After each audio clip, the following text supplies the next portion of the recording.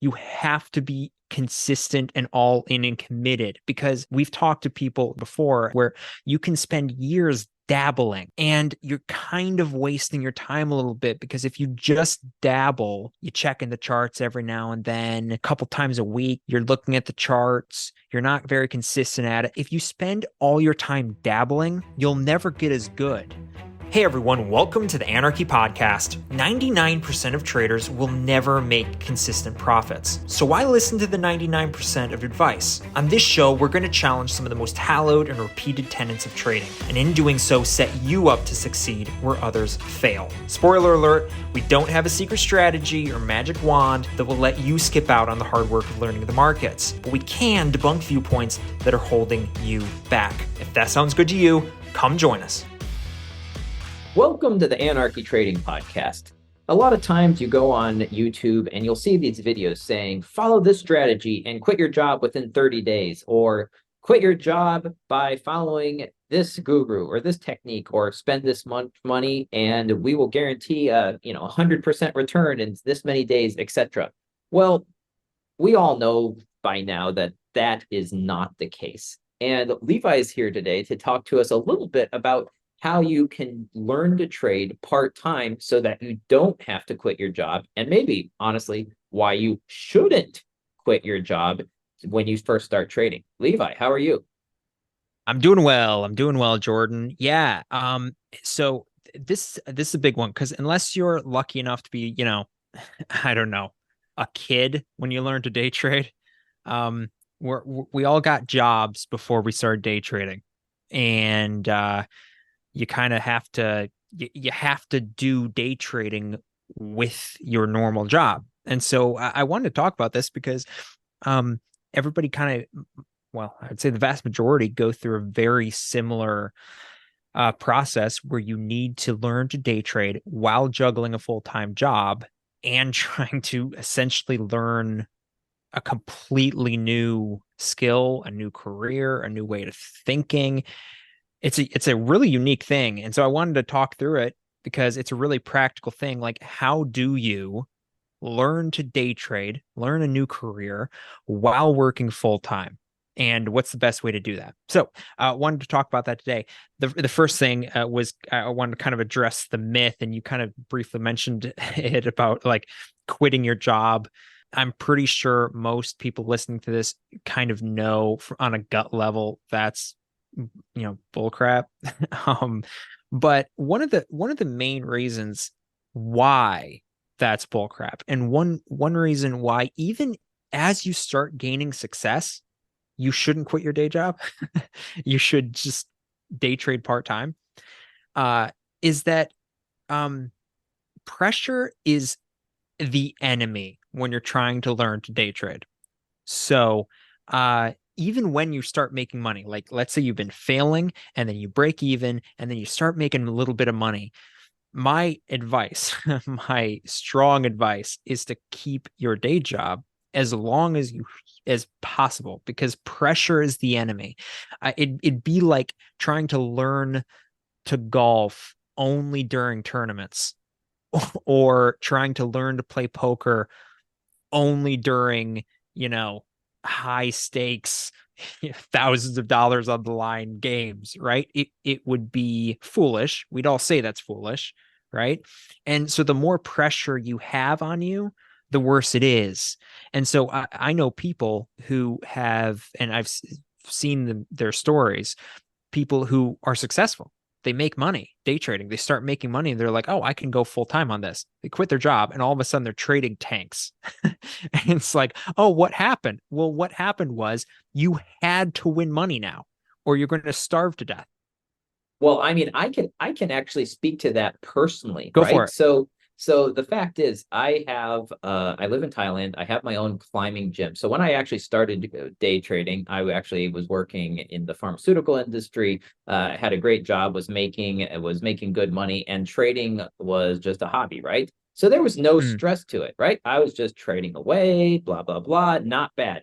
Then I started goes take over my climbing gym. Now I have a climbing gym, of course, not you're running your own business and trying to bootstrap it. Money is tight, And I can tell you that when I started having the gym and then your gym's not doing very well, you start getting these, what is it? Delusion. I'm not saying visions. I'm going to call them delusions of grandeur, where it's like, oh, I just need to start being able to make money trading. And then, Yeah. all my money problems will come true. And I can directly correlate on a graph. I could show you on my charts where I was most stressed about money. Because guess what? What you're saying, Levi, exactly Yep. true. Because anytime I'm stressed about money, end of month where it comes payroll time, you're paying employees, like you could look at my chart and just tell me, okay, Jordan, these are the times when you were having money issues because Yeah. my trading reflects that. And honestly, now I've actually been able to work through that, and those money shortages don't affect my trading nearly like they used to. But yeah, firsthand experience, I'm saying you're absolutely correct. Yeah. So my first point, after we've kind of talked through the, hey, learn to do this part time. The first point is make sure you don't need the money. Okay. Because if you need the money from day trading, stop it. Stop. Just Yeah, there's no stop. point. You're wasting your No. time. Find something to do. Like find a day job, whatever it is. It doesn't need to be high tech, as long as it's enough to keep you alive and give you enough money to fund, your day trading education. And by education, I mean losing money on the market, right? As long as you have the money to put This is into some not, prop yeah, firm anyone challenges. who hasn't listened to stuff, yeah, it's not spending it on gurus, it's buying a Yeah, prop firm account once a month. sure. Yeah. So make sure the first point in how to learn to day trade practically is make sure you don't need the money. Okay. So the second point is is because day trading is and the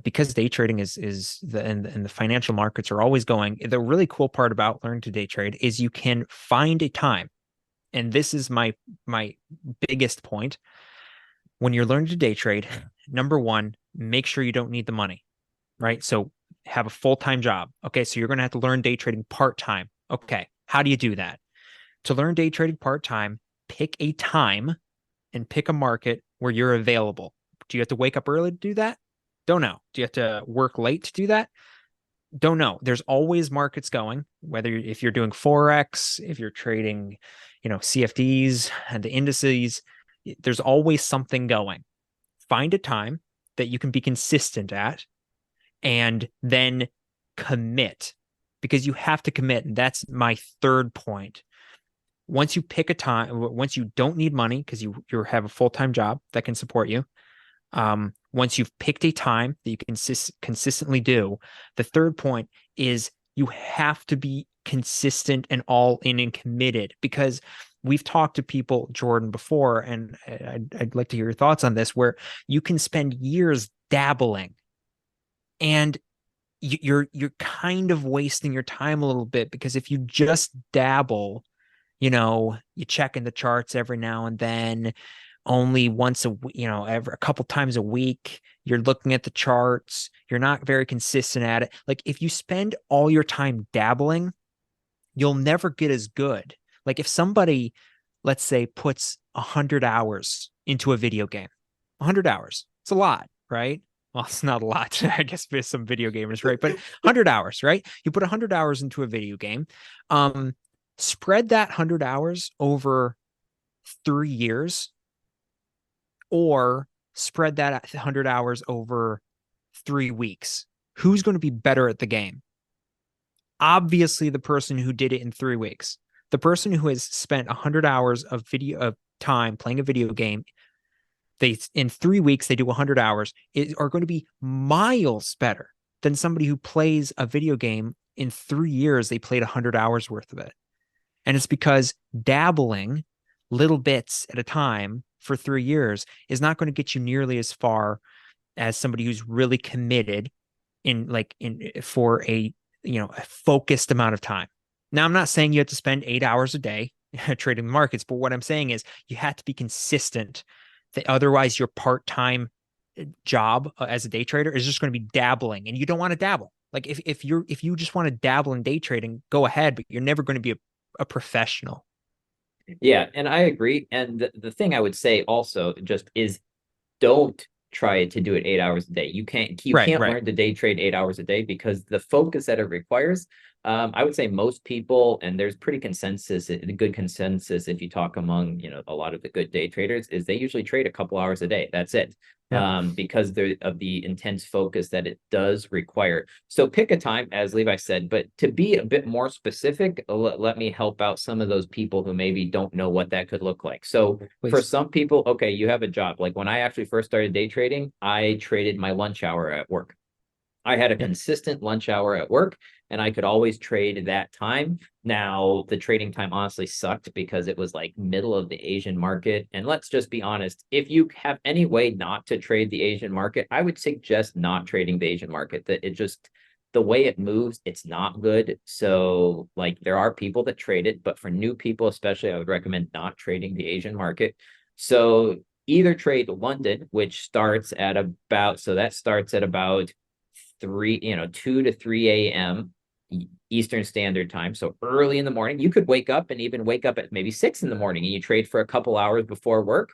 Or you could trade the middle of the beginning of the New York session if you have a job that's in the afternoon. Or you can trade in the afternoon, like maybe the afternoon New York session where you're trading 2 or 3 in the afternoon, right? So what I would avoid is most people, if it's the only time that you have, okay, do it. Trade in the evening, maybe 9, 10 o'clock at night in the US. That's okay.